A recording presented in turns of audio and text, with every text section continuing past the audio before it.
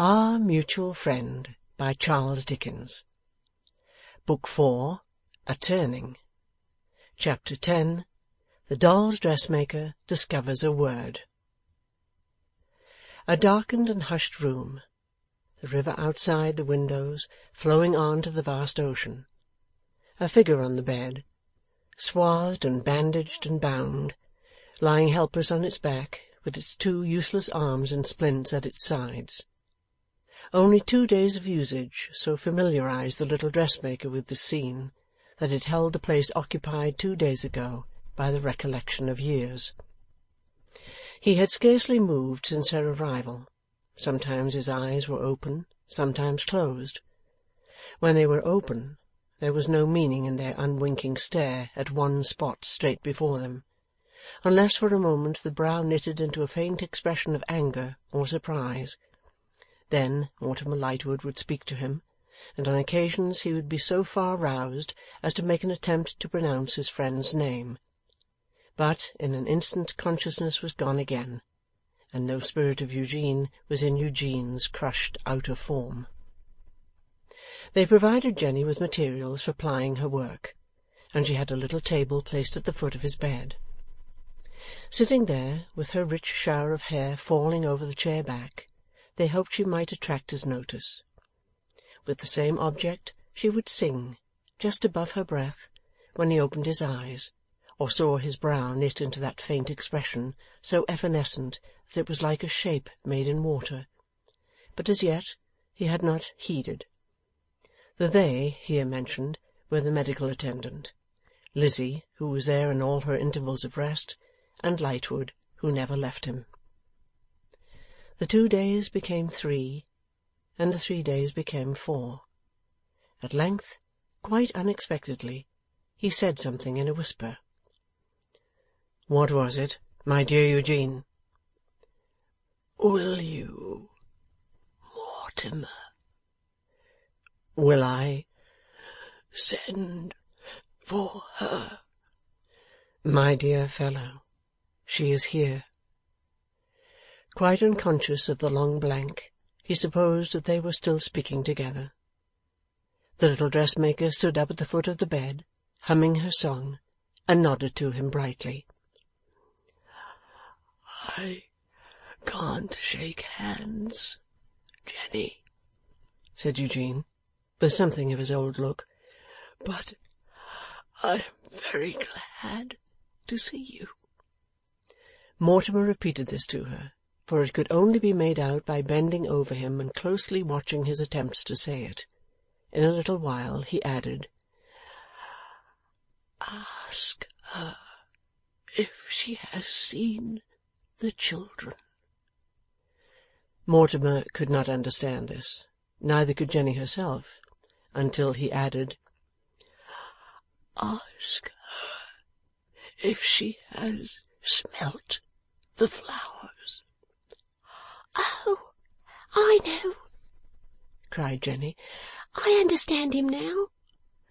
Then Lightwood yielded his place to her quick approach, and she said, bending over the bed with that better look, "You mean my long, bright, slanting rows of children, who used to bring me ease and rest?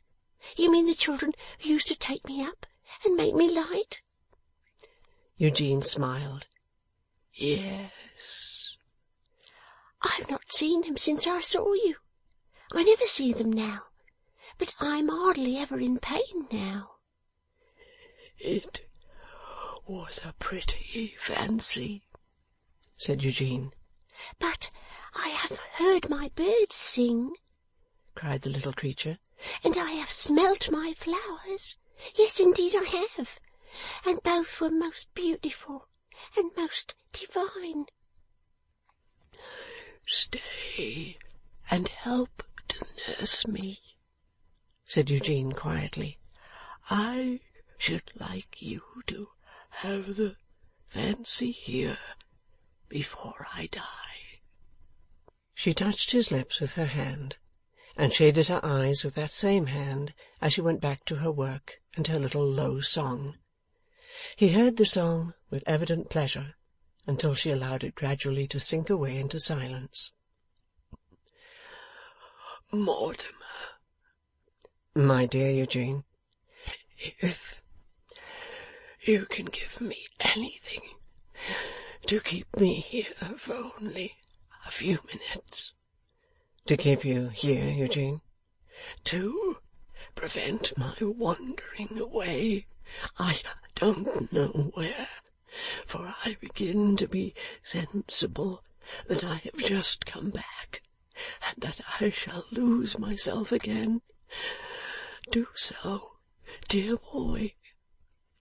Mortimer gave him such stimulants as could be given him with safety. They were always at hand ready. And bending over him once more, was about to caution him, when he said, Don't tell me not to speak, for I must speak. If you knew the harassing anxiety that gnaws and wears me when I am wandering in those places. Where are those endless places, Mortimer? They must be at an immense distance. He saw in his friend's face that he was losing himself, for he added after a moment, Don't be afraid. I'm not gone yet. What was it?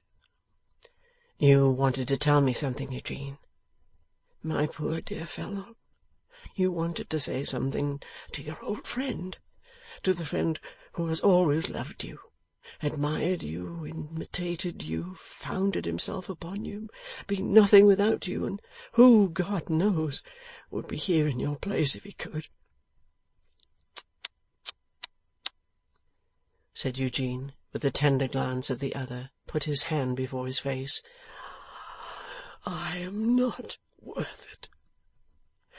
I acknowledge that I like it, dear boy, but I am not worth it. This attack, my dear Mortimer, this murder. His friend leaned over him with renewed attention, saying, You and I suspect someone. More than suspect. But, Mortimer, while I lie here, and when I lie here no longer, I trust to you that the perpetrator is never brought to justice. Eugene. Her innocent reputation would be ruined, my friend. She would be punished, not he. I have wronged her enough, in fact.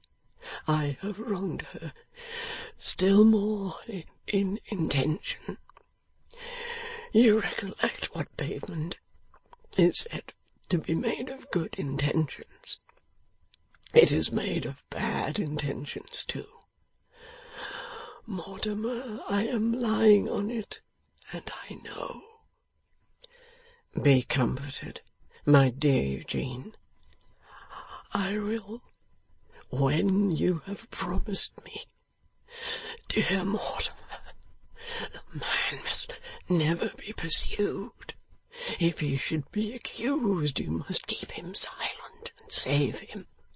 Don't think of avenging me. Think only of hushing the story and protecting her.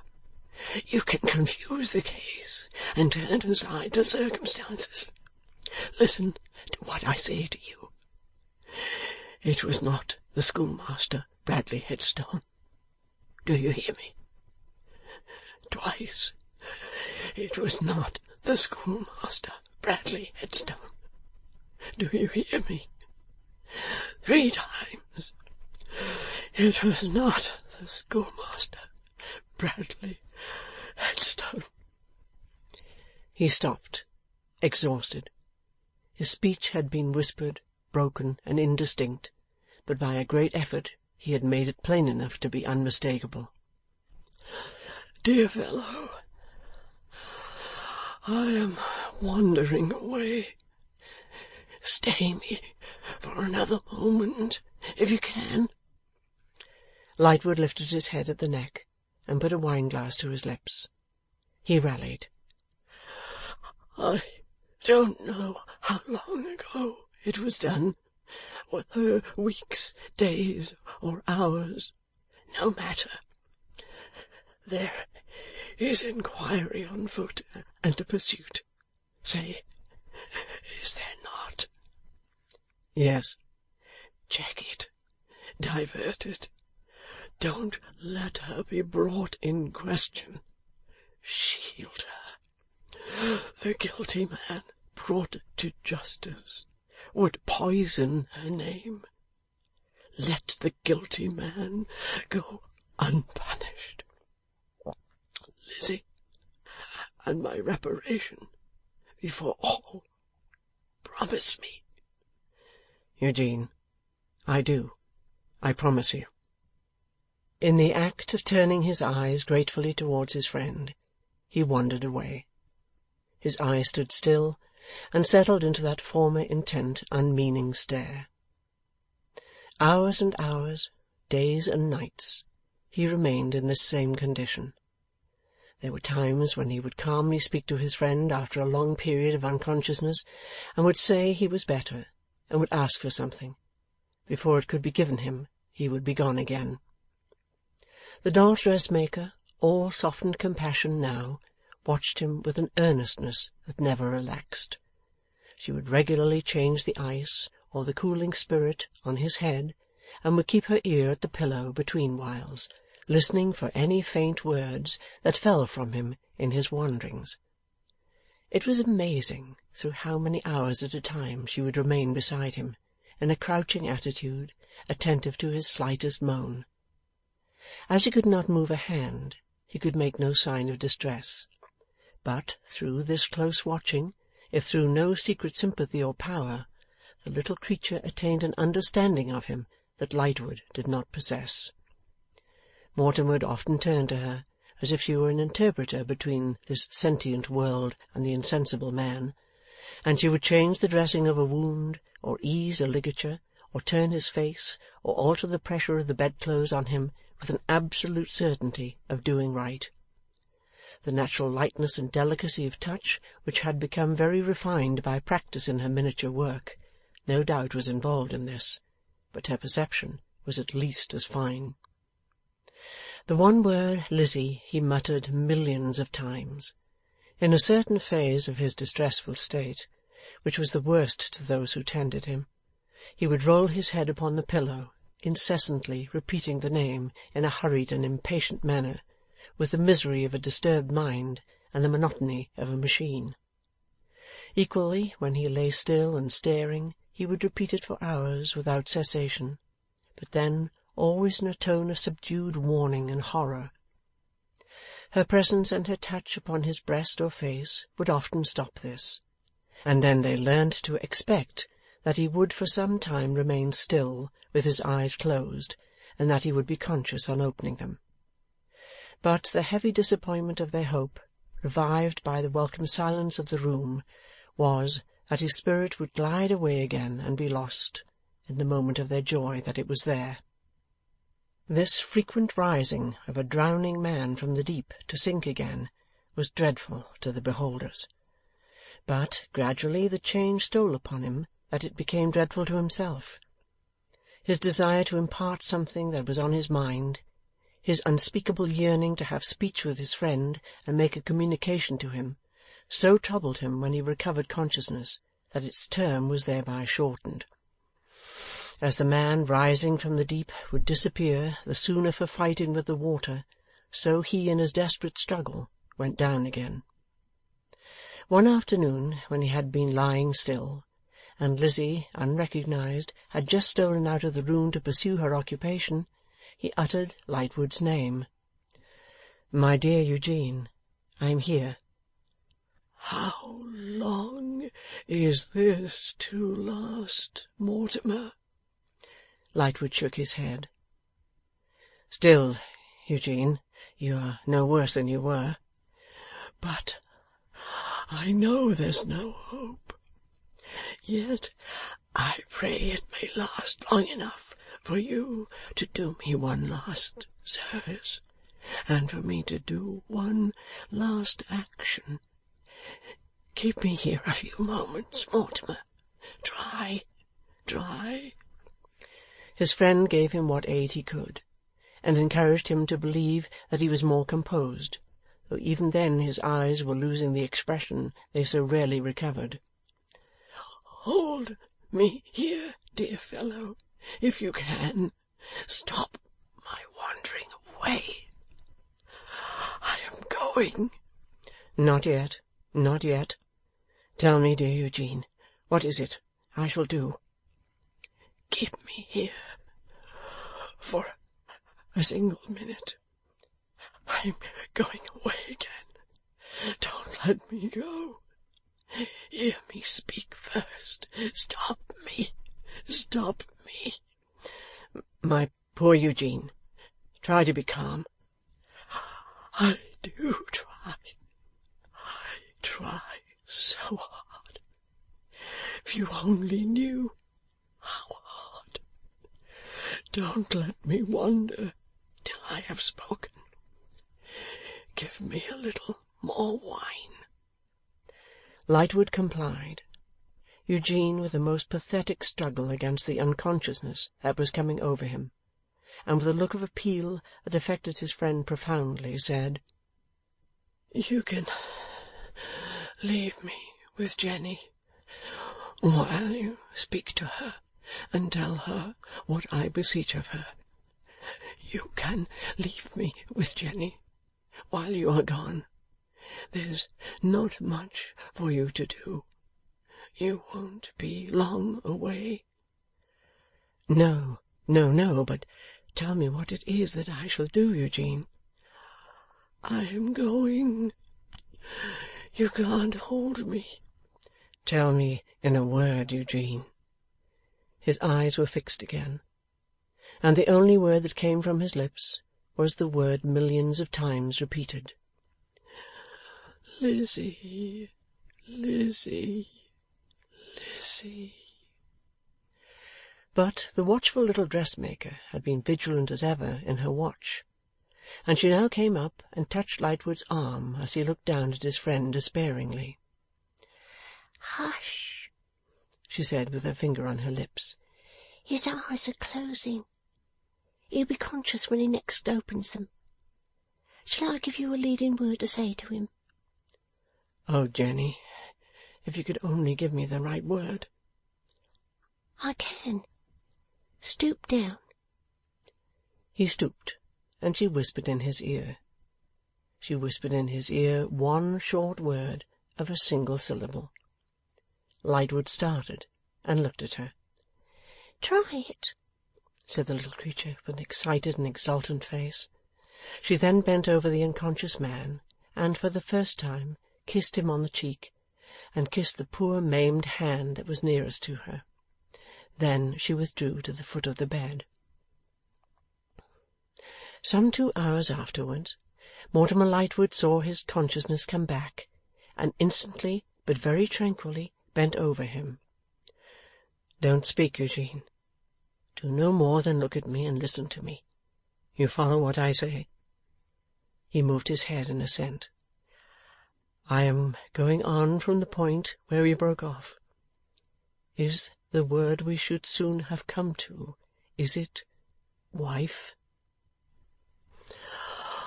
Oh, God bless you, Mortimer.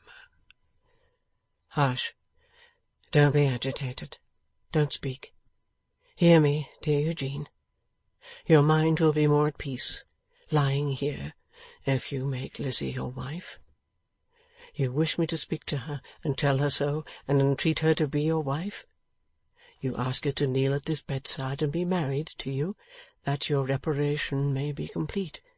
Is that so? Yes. God bless you. Yes. It shall be done, Eugene. Trust it to me. I shall have to go away for some few hours to give effect to your wishes.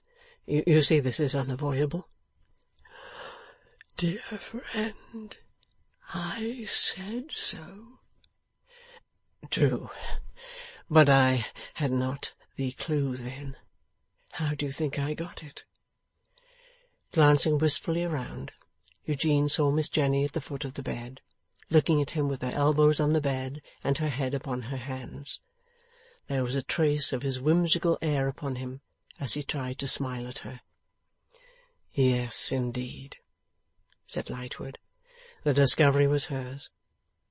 Observe, my dear Eugene, while I am away, you will know that I have discharged my trust with Lizzie by finding her here, in my present place at your bedside, to leave you no more. A final word before I go.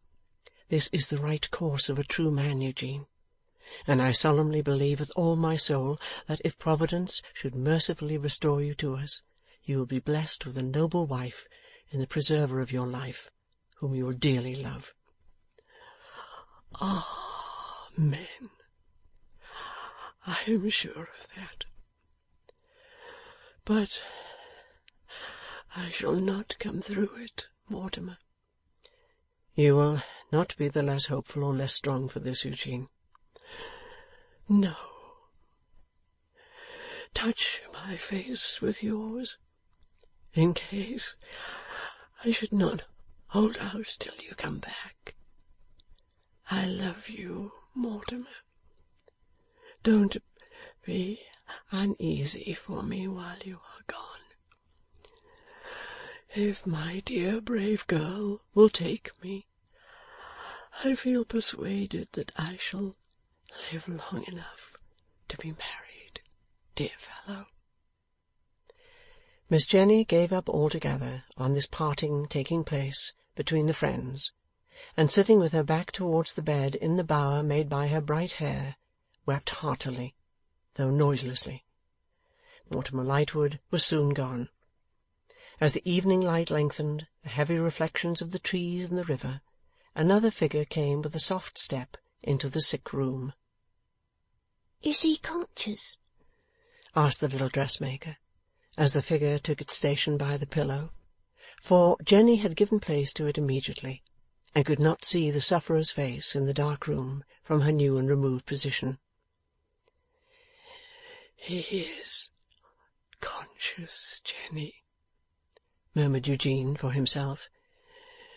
"He knows his wife."